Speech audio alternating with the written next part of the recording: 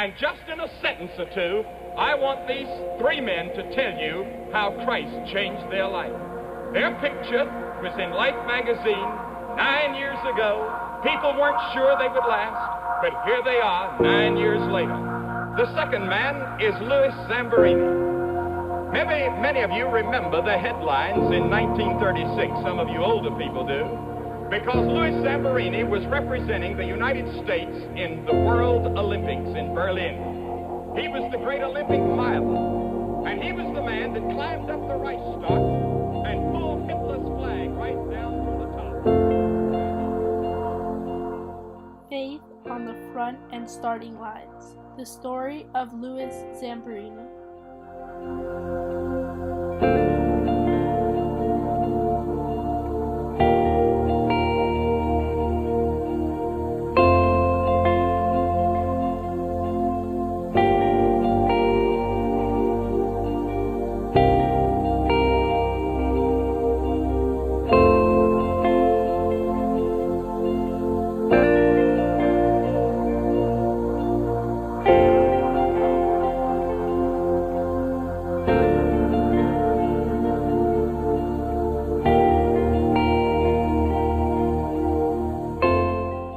Although some may not know, a hero was born on January 26, 1917. Louis Zamperini was born to two Italian immigrant parents in the southernmost part of New York in a town named Olney. Due to his Italian descent, Louis' first language was Italian.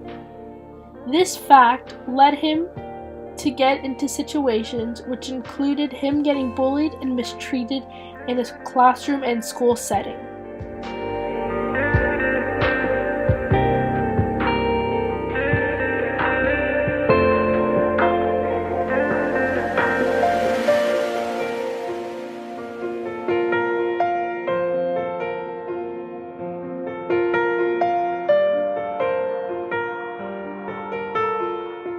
It is unclear whether at this point in his life Louis ever turned to faith, but it is quite evident that in his later years it would save his life.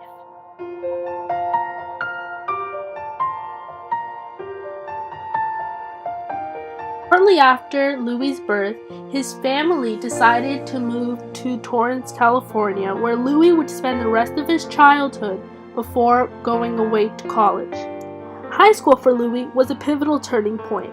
It was the point in his life where he found his real passion in life, running. Although it was not Louis' original idea to try out for the running team, his brother Pete pushed, and before they knew it, Louis had broken a high school record for the mile run, and his record time was 4 minutes and 21 seconds. It would be the record time of a high school student for the next 20 years.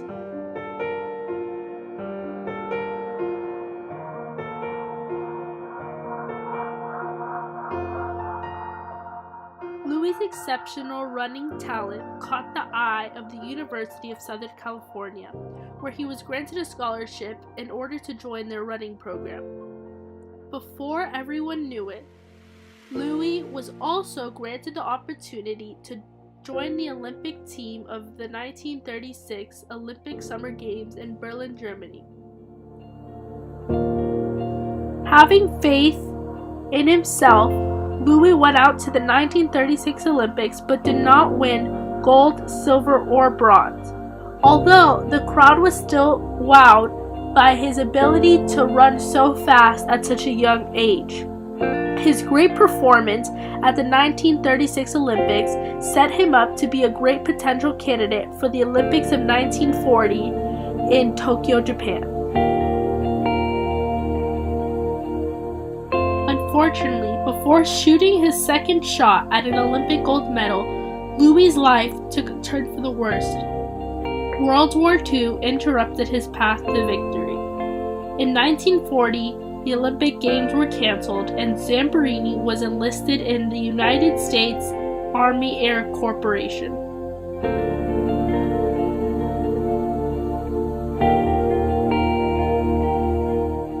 May of 1943, Louis and other men, all part of the U.S. Army Air Corps, were sent out to look for a missing pilot whose plane had gone down.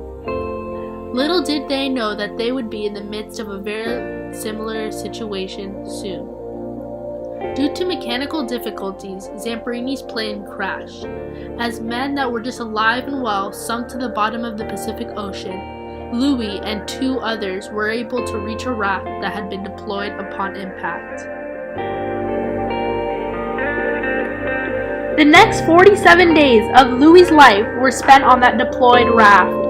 Unfortunately, 1 man died during that time period. Survival turned into a lifestyle in which the 2 men killed birds and collected rainwater to drink in order to see the sun rise the next morning. There was a tremendous void in Louis's life that would be filled by faith later on. After 47 long days at sea, the men sailed into Japanese territory in which they were both held prisoners of war. Louis in specific was singled out due to his Olympic background. The Japanese saw him as a propaganda device and treated him worse than any other prisoner. The psychological and physical torture took an immense toll on Zamperini. Although after more than 2 years in captivity, he was released and the war was over.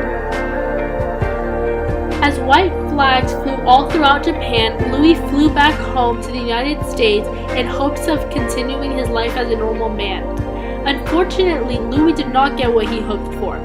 The hardships that were in store for him when he arrived home were hard to face and difficult to overcome for him.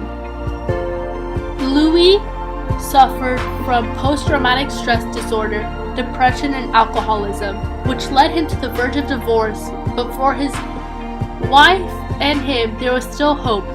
There was faith. The result of his wife's constant encouragement, Louis attended a Billy Graham sermon in which he stormed out of. Though later he was able to regroup and come back in. That sermon of 1949 changed his entire life and how he viewed the world. He found God in his life and from then on made immense progress in getting his life back in order. Being inspired by that sermon led Louis to find faith, which was the key to unlock the door to the rest of his life. He attended a camp for troubled youth that further improved his faith in Christianity. Using the power of forgiveness that he learned through his faith, Louis flew back to Japan one last time to share the word of the gospel with his previous captors. Though they were all in jail for committing crimes they had committed during the war, he wrote a letter to one in specific, the one who treated him the worst. He then read that letter on national television.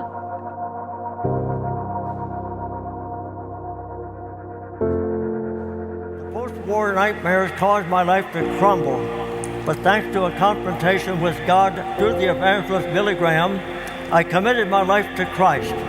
Love replaced the hate I had for you, and Christ even said, "Forgive your enemies and pray for them." As you probably know, I returned to Japan in 1952 and was graciously allowed to address all the Japanese war criminals at Sugamo prison. I asked them about you and was told that you probably had committed harikiri, which I was sad to hear. At that moment, like the others, I also forgave you, and now I would hope that you would also become a Christian. Amen. That's forgiveness. Louis's faith developed from faith in himself to participate in the 1936 Olympic Games to faith in God in order to forgive his captors. It can be concluded that Louis's faith developed just as he did.